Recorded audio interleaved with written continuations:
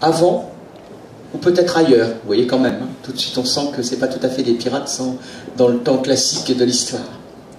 S'il est un bruit terrifiant, un bruit qui brise les nerfs les plus aguerris, c'est bien celui d'un abordage. Peu d'astros y ont survécu pour en parler. En fait, la mémoire collective se perpétue par la geste des frères de la course et par les récits hallucinés de rares otages rendus hébétés à leur monotonie. Oui, c'est bien là le craquement le plus extraordinaire. Quand les membrures d'acier cohérents gémissent sous la pression, vous sentez la douleur jusque dans vos propres côtes, comme si le monstre, à l'extérieur, bord à bord avec votre navire, vous écrasait directement le flanc. Vous suffoquez, vous avez froid, du froid de l'espace qui vous attend là, juste à l'extérieur de cette porte de sas sur le point d'exploser. Si vous êtes de la stellaire, vos mains glissent dans vos gants de scaphandre. Cette arme est-elle chargée? Se rendre ou résister? Dans les hurlements de sirène, la cohue et les éclairages d'alerte, votre cerveau bouillonne. Vous êtes vide et courez au hasard. Un autre claquement, une déflagration, votre visière s'est immédiatement fermée et la dépression vous fait perdre l'équilibre, le temps qu'une écoutille se referme.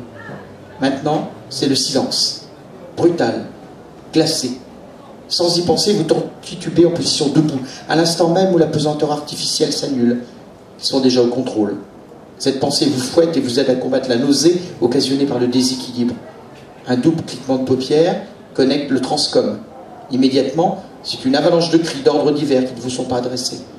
Alors que vous vous cramponnez à la main courante de la coursive, dans le vacarme de votre casque, vous n'avez plus qu'une seule idée en tête, les capsules de survie. Un coup de chance d'avoir été de garde au début de l'attaque. Un dernier coup d'affranchir, et l'écoutille du quai d'évacuation apparaît. Du fond de votre mémoire, surgissent les mots d'un instructeur dont vous avez oublié le nom. Les capsules sont quasiment indescriptibles.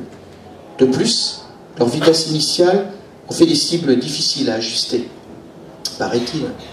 Bien sûr, à l'époque, vous en aviez ri avec vos copains. Les capsules, c'est juste bon pour les larves, les trouillards et les civils à la limite. Combien de fois vous étiez-vous imaginé en héros fabuleux, crachant la foudre et répandant la terreur sur vos ennemis? 10 fois, 20 fois, pendant les soirées de beuverie, dans des astroports dont les coordonnées se perdent dans l'alcool.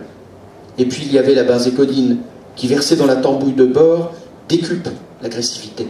Oui, mais voilà, après 4 heures de quart, les effets s'estompent, et ne laissent de vous que ce que vous êtes, un petit gars d'Almata 5 qui aurait dû être fermier, un autre victime des holos en couleur de la stellaire, l'aventure, l'argent, la gloire, une poignée d'abstraction vide de sens. Ici et maintenant, l'éclat des médailles se ternit, l'avenir se dégonfle. Qu'est-ce que fait un pilote de la stellaire dans une histoire de pirate Laurent Wall? Alors, il va pas y faire grand-chose parce qu'il va mourir dans très peu de temps. Lui aussi, oui. Comme tous ses petits camarades de son vaisseau.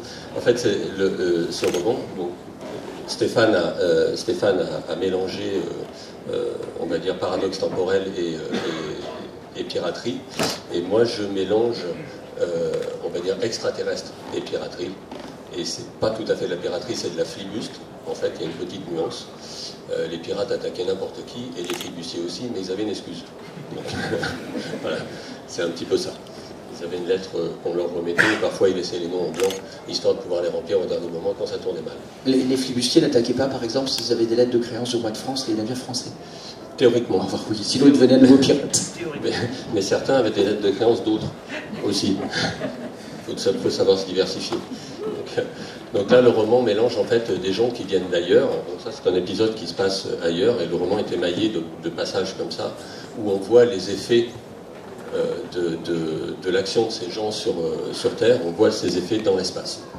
Ce que j'entends par là, c'est que, en fin de compte, des gens venus d'ailleurs vont régler leur compte et ils vont tomber au XVIIe siècle dans le monde de la flibuste. Pas par hasard, parce qu'il y en a un d'entre eux qui vient enlever des capitaines ou des gens très doués en flibuste pour leur stratégie, etc., pour les reconditionner et les faire travailler dans leur vaisseau à eux. C'est bien évidemment interdit par toutes les lois galactiques, et donc on a envoyé un agent spécial pour empêcher ça. Évidemment, lui, il doit tuer personne, il doit se fondre dans la population, alors que les autres ne se gênent pas pour se servir, quoi.